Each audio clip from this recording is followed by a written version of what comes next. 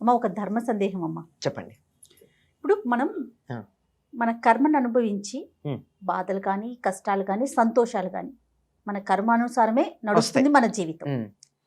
అలాంటప్పుడు హోమాలు చేయటం, ఉమ్. పూజలు చేయటం, ఉమ్. ప్రత్యేకమైన వ్రతాలు చేయటం, ఉమ్. గుడికి వెళ్ళటం, ఉమ్. భగవన్ నామ స్మరణ చేయటం, ఉమ్. ఇవి ఏమి చేసినా ఈ కర్మ అనేది తప్పదు అవును కదా. ఉమ్. అప్పుడు చాలా మంది యువతకి ఇలాంటి ప్రశ్న తలెత్తుతుందమ్మా. ఉమ్. ఎలా అయినా తప్పదు కదా, ఉమ్. ఇవన్నీ చేయటం ఎందుకు, ఉమ్. ఎందుకు చేయాలి? కర్మను బట్టి మన ఫలితం అనేది ఆధారపడి ఉంటుంది. ఉమ్. అలాంటప్పుడు మళ్ళీ మనము పూజలు, హోమాలు, వ్రతాలు ఇవన్నీ ఎందుకు చేయాలి? ఈ ప్రశ్నకి అసలు సమాధానం ఏం చెప్పాలమ్మా? ఇంగ్లీష్లో ఓ సామెత ఉంది, తెలుగులో చెప్తా దాన్ని. చెప్పండి. ఇంగ్లాండ్లో చాలా భయంకరమైనటువంటి వ్యాధిగా పరిగణించేది జలుబు, ఇన్ఫ్లుయెన్జా. అంతే కదా, చలి దేశం, ఒకసారి వస్తే పోదు అక్కడ. అవునవును. వాళ్ళు ఏమంటారంటే, ఒక సామెత ఏమిటంటే, జలుబు చేస్తే మందు వేసుకుంటే ఒక్క వారం రోజుల్లో తగ్గుతుంది, మందు వేసుకోకపోతే 7 రోజులు ఉంటుంది. అంటే మాటలోనే వారం అనగానే తక్కువని భావన, తగ్గుతుంది అనగానే సంతోషం. 7 రోజులు అంటే చాలా పెద్దది, ఉంటుంది అంటే అమ్మో ఉంటుంది అని. ఇలా అంటే ఇలాగే ఉంటాయమ్మా మాటల్లో. అంతేగాని ఇప్పుడు అయితే మందు వేసుకోవడం మానారా? మానలా. మందు వేసుకోవడం వల్ల జరిగింది ఏమిటి? కొంచెం ఉపశమనం ఉంటుంది కదా. అంతే, ఉపశమనం ఉంది కదా. అంటే ఏం జరిగింది? జలుబే భయంకరంగా బాధపడకుండా ఆ జలుబుని భరించగలిగినటువంటి శక్తి వచ్చింది. అవునా కదా? అవును. అలాగే ఏదన్నా దెబ్బ తగిలితే ఆపరేషన్ చేస్తున్నారు, ఆపరేషన్ చేసేటప్పుడు మన శరీరాన్నే కోస్తున్నారు కదా. ఆ శరీరానికి అక్కడ బాధ ఉందా లేదా? ఉన్నది కదా. కానీ అనస్థీషియా ఎందుకు ఇస్తున్నారు? ఆ బాధ మనకి ఎక్కువగా తెలియకుండా బాధ ఉంది, తెలియటల్లా. అంటే తెలిస్తే గిలగిల్లాడుతున్నాం, తెలియకపోతే అనుభవిస్తున్నాం. కానీ pain is inevitable, suffering is optional అంటారు. నొప్పి తప్పదు, బాధ తప్పుతుంది. ఇదే కర్మ సిద్ధాంతంలో మీరు చెప్పిన దానికి. అనుభవించటం అన్నా తప్పదు, కానీ అనుభవించేటప్పుడు మనం బాధపడడంలో తీవ్రత తగ్గుతుంది. తేలికగా అనుభవిస్తాం, హాయిగా అనుభవిస్తాం. తప్పదండి. ఒక చిన్న ఉదాహరణ మా గురువు గారు ఎప్పుడు చెప్పేది మీకు చెప్తాను. అంటే అది బాగా ఆయన మాకు మనసులకు హత్తుకునేట్టు చెప్పారు గనక అది చెప్తే అందరికీ కూడా అర్థమవుతుందని. తప్పకుండా. ఒకరి జాతక రీత్యా ఏదో గ్రహాలు ఉంటాయి కదా, ఆ గ్రహాల కారణంగా కాలు విరగాల్సి ఉంది. భగవంతుణ్ణి ప్రార్థిస్తే లేక దేవుణ్ణి పూజిస్తే భగవంతుడికి వీరి మీద కాస్త దయ కలిగితే కాలే మంచం మించి కదలకుండానే ఉంటాడు. కాలు సర్జరీ అవసరం లేకుండా చిన్న దెబ్బ తగిలి అస్సలు కదలలేని పరిస్థితుల్లో మంచం మీద ఉంటాడు. గ్రహాల ప్రకారం వాడు ఇంతకుముందు ఏదో కర్మ సిద్ధాంతాల్లో మాకు చెప్తూ ఉంటారు కొంతమంది, నువ్వు పూర్వజన్మలో ఎవరి కాలు విరగొట్టావు, అందువల్ల ఈ జన్మలో నీ కాలికి దెబ్బ తగిలింది అని. నువ్వు అక్కడ పూర్తిగా విరగొడితే నీ కాలు ఎందుకు విరగలేదు? నీకు వడ్డీతో సహా పనిష్మెంట్, ఫైన్తో సహా పనిష్మెంట్ రావాలి కదా. ఫైన్తో సహా పనిష్మెంట్ రాలేదు. ఏదో కొంచెం మంచి పనులు చేసావు గనక వాడి కాలు నువ్వు టోటల్లీ విరగ్గొడితే నీకు కాలికి దెబ్బ తగిలి ఏదో మడమో వేలో కింద భాగమో ఎక్కడో దెబ్బ తగిలి మంచం మీద ఉండవు, ఫ్రాక్చర్ అయింది. పూర్తి వాడికేమో కాలు తీసేశారు నువ్వు విరగొట్టినందువల్ల, నీకు కాలు తీసేలా కాలు ఉంది. ఏమిటిది? దీనికి కారణం భగవద్ అనుగ్రహం. అంచేత మన కర్మని మనం అనుభవించక తప్పదు, కానీ అనుభవించేటటువంటి సమయంలో కాస్త తీవ్రత తగ్గే అవకాశం ఉంది. అంతేకాకుండా అసలు బాధని తట్టుకోగలిగినటువంటి స్థైర్యం వస్తుంది. అంతే కదా, ఏ కష్టం ఉన్నా మనం దాన్ని ఎదుర్కోగలుగుతాం.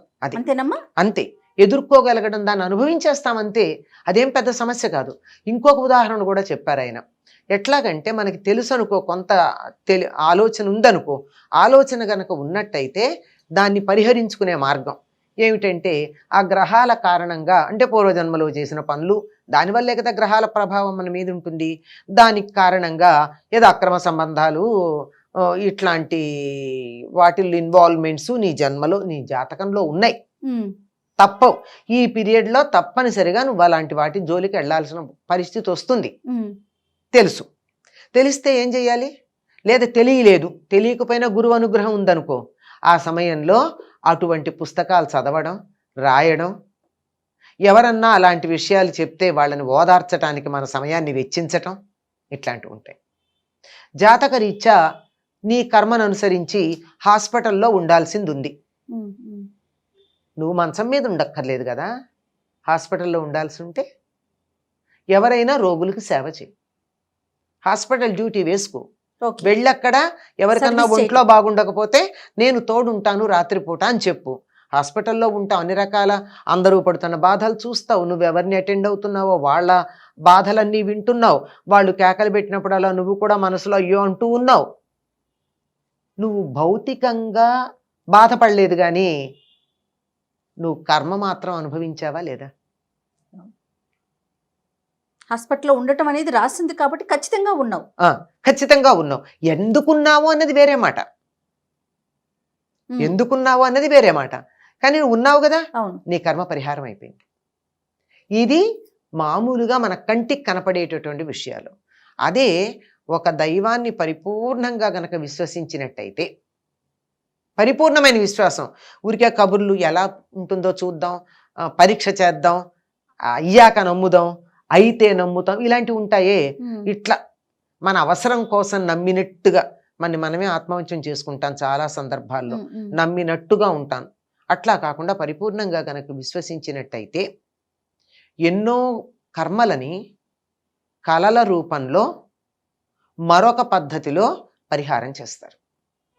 అందుకే మనకు ఒక పెద్దవాళ్ళు చెప్తారు, నువ్వు చచ్చిపోయినట్టు కల వచ్చిందనుకో నువ్వు సేఫ్ అంటారు కదా. అంటే నీకు అక్కడ ప్రాణగండం ఉంది. నువ్వు నమ్మిన దైవం నీకేం చేశాడు, కలలో మృత్యు బాధ కలిగించి తొలగించేశాడు. ఇంత వివరం చెప్పరు. నేను చచ్చిపోయినట్టు కల వచ్చిందండి, నాకు భయంగా, ఏం పర్వాలా, నువ్వు చచ్చిపోయినట్టు వచ్చిందా, నువ్వు సేఫ్ అని చెప్తారు. నీ ఆయుష్ ఇంకా పెరుగుతుంది అని చెప్తారు. అవును. ఇట్లాంటివి, ఇలాంటి రూపంలో మనకున్నటువంటి చెడు కర్మ పరిహారం అవుతుంది. మంచి కర్మకు కూడా అలాగే పోయేది ఉంది. అందుకే ఎవరన్నా బంగారం ఇస్తే చాలా మంది చేత్తో తీసుకోరు. నాకు ఇవాళ స్వర్ణయోగం ఉంటే ఒకసారి తీసేసుకున్నాగా పోయిందంటారు. అంటే నాకు బంగారం రావాల్సి ఉంది, మీరు నన్ను చూడండి అన్న బంగారం నా చేతికి ఇచ్చారు, పుచ్చుకున్నాను, బంగారం పుచ్చుకుని నాకు కర్మ సరిపోయింది కదా, మళ్ళీ మీ వస్తువు మీకు ఇచ్చేసా నాకు పోయింది. అందువల్ల ఏం చేస్తారు, అమ్మో బంగారం అల్లతో తీసుకోను, నాకున్న స్వర్ణయోగం కాస్త పోయింది అని చెప్పి మళ్ళీ అక్కడ పెట్టేస్తారు. అంచేత మంచైనా చెడైనా చేసిన వారికి చేసుకున్నంత, అంతే కదండి, అంతే. అనుభవించక తప్పదు. అనుభవం ఎట్లా అన్న దాంట్లో తేడా వస్తుంది. కనుక ఈ దానాలు అవి చేయడం వల్ల ఆ తీవ్రత తగ్గుతుంది. అదే కాలు పోవాల్సింది వేలికి దెబ్బ తగులుతుంది.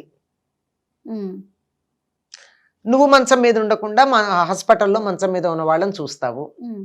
ఆ చెత్త పనులు నువ్వు చేయకుండా తత్సంబంధమైన వినడమో, చదవడమో, చూడడమో మన దురదృష్టం కొద్దీ మన నట్టింట్లోకి వచ్చేసాయి కదండి. అవునమ్మా. పెద్ద స్క్రీన్లు, చిన్న స్క్రీన్లు, ఇంత స్క్రీన్లు, వాటిల్లో నీ ఇష్టం ఉన్నా లేకపోయినా బలవంతంగా కొన్ని చూస్తావు, అసహించుకుంటేనే చూస్తావు, తప్పదు. ఎవరింటికో వెళ్ళి కూర్చున్నావు, వాళ్ళు ఏదో టీవీ పెట్టారు, నాకు ఇష్టం లేదు కానీ చూడక తప్పదు కదా. అయిపోయింది, నీ కర్మ కాస్త పరిహారం అయింది. నీకు ఆ రకంగా ఇన్వాల్వ్ అవ్వాల్సినటువంటి ఇదేదైతే ఉందో ఆ జాతకంలో రాసున్నది అది పోయింది. కనుక ఇవన్నీ తీవ్రత తగ్గడానికి చాలా చక్కగా దేవీ భాగవతంలో చెప్తాడు. పరీక్షిత్తు నీకు 7 రోజుల్లో మరణం ఉంది అనంగానే అతనే వచ్చి చెప్తాడు కదా, మహర్షే వచ్చి చెప్తాడు, నా కొడుకు ఇలా చేశాడు, పొరపాటైంది అని చెప్తాను, నువ్వేం పరిహారం చేసుకుంటావు అని చెప్పి వెళ్ళిపోతాడు. అంటే నిజాయితీ అలా ఉండేది ఆ రోజుల్లో. నా కొడుకు శపించాడు, నీకు 7 రోజుల్లో మరణం వస్తుంది, పరిహారం ఏం చేసుకుంటావో చేసుకోమని. అప్పుడు అందరినీ పిలిపిస్తాడు. ఏదైనా దోషం గనక ఉన్నట్టయితే మంత్రం చేత, మణి చేత, ఔషధం చేత అది తొలగుతుంది గనక వీటిల్లో ఏదో ఒకటి ప్రయత్నం చేయండి అని అడుగుతాడు. మంత్రం వల్ల పరిహారం ఉంటుంది, మణి వల్ల పరిహారం ఉంటుంది, ఔషధం వల్ల పరిహారం ఉంటుంది. ఇవి చేయమని చెప్తాడు. కనుక వీటి వల్ల పరిహారాలు చేస్తే అసలు పోవు, కానీ ఆ తీవ్రత తగ్గుతుంది. అనుభవించే శక్తి వస్తుందేమో. అనుభవించే శక్తి ఒకటి వస్తుంది, తీవ్రత కూడా తగ్గుతుంది. ఇందాక చెప్పాను కదా, కాలు పోవాల్సింది, కాలికి విరిగేసి నీ మంచంలో ఉండాల్సింది చిన్న దెబ్బ తగిలి కింద కాలు పెడితే నొప్పిగా ఉంది కదల్లేను అని అందులో మనకు బాగా మన గారాబం చేసేవాళ్ళు ఎవరో ఉండి మంచం మీద కూర్చోబెట్టి అన్నీ చేస్తారు. మంచం మీదే ఉన్నావు, కాలు పోలా, కాలికి సంబంధించిన నొప్పి అయితే వచ్చింది. ఇవన్నీ కొన్ని ఎనస్థీషియా లెవెల్లో పనిచేస్తాయి, కొన్ని పరిహారం లెవెల్లో పనిచేస్తాయి, కొన్ని కాంపెన్సేటరీగా పనిచేస్తాయి. కానీ ఎంత కాంపెన్సేషన్ అయినా లోటే కదమ్మా. ఖచ్చితంగా. అంచేత అనుభవించక తప్పదు, అనుభవించే పద్ధతుల్లో మార్పులు వచ్చి మనకి ధైర్యం వస్తుంది. పైగా ఇంకొకటి చాలా కొసమెరుపు ఏమిటంటే దాన్ని ఏమంటారు, ఐసింగ్ ఆన్ ది కేక్ అని, ఏమిటంటే కొద్ది దైవ ధ్యానం గనక చేసినట్టయితే ఇవన్నీ మన ఆధ్యాత్మిక మార్గం వైపు నడిపించి ఉత్తమ గతులు పొందడానికి సహకరిస్తాయి. కాబట్టి కర్మే అనుభవించాల్సిందే, కానీ ఆ తీవ్రత తగ్గుతుంది. ఆ ధైర్యం మనకు రావాలి అంటే ఖచ్చితంగా దైవారాధన చేయాలి. మళ్ళించే పద్ధతి కూడా ఉంది. చెప్పా కదా, మరణాలు లాంటివి కళల రూపంలో తీసేయడం అన్నది మనం గమనిస్తాం. అందుకని దైవారాధన మాత్రం మానకూడదు. అంతేగమ్మా? అంతేనమ్మా. నమస్తే.